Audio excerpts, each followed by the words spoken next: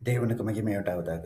திருட்டு தண்ணீர் தித்திக்கும் அப்படின்னு கேட்கறதுக்கு சுவாரஸ்யமா இருக்கு. ஆனா அதுக்குள்ள ஒரு சாபமும், ஒரு கேடு நிறைந்த வாழ்க்கையும் இருக்கு. இந்த பதிவை கேளுங்க. நீதிமொழிகள் 9ஆம் அதிகாரம் 17ஆம் வசனம் இப்படி சொல்கிறது. மதியீனனை நோக்கி திருட்டு தண்ணீர் தித்திக்கும், அந்தரங்கத்தில் புசிக்கும் அப்பம் இன்பமாயிருக்கும் என்று சொல்லி கூப்பிடுகிறாள். கூப்பிடுறது யாரா இருந்தாலும் சரி, தவறான காரியத்தை கூப்பிட்டா அது பிசாசுடைய வாகனம் அப்படின்னு புரிஞ்சுக்குங்க. என்ன காரணம்னா, ஆண்டவர் திருட்டு தண்ணீரை குடிக்கும்படி உங்களை அழைக்கவில்லை. அந்தரங்கத்தில் இருக்கும் அப்பத்தை புசிக்கும்படியும் உங்களை தேர்ந்தெடுக்கவில்லை.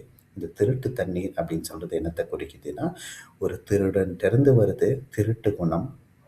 வசனம் யோவான் 10:10 சொல்லுது, பிசாசானவன் கொல்லவும் திருடவும் அழிக்கவும் வந்தான் அப்படின்னு. அதனால திருட்டுத்தனமாக ஒரு விஷயம் வருதுன்னா அது பிசாசிடத்திலிருந்து தான் வருது அப்படின்னு நீங்கள் புரிஞ்சு அதை நீங்கள் நிராகரித்து தேவனோட வழியில் நடங்க.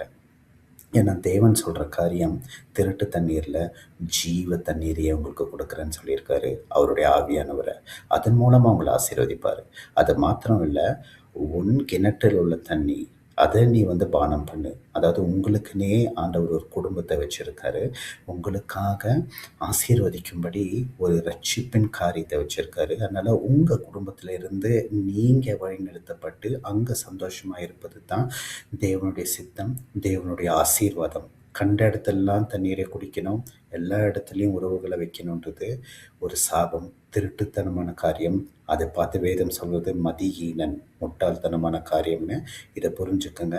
இன்னொன்று, அந்த அரங்கத்தில் அப்போ இல்லை, தேவனோடு ஐக்கியமாக இருந்து அவரே ஜீவப்பம், அவரை புசித்து அவரை ஆராதிக்கும் பொழுது, தேவனை ஏற்றுக்கொள்ளும் பொழுது அநேக ஆசீர்வாதங்கள் உங்கள் வாழ்க்கையில் தங்கி தாபரிக்கும். தேவன் ஆசீர்வதிப்பார்கள்.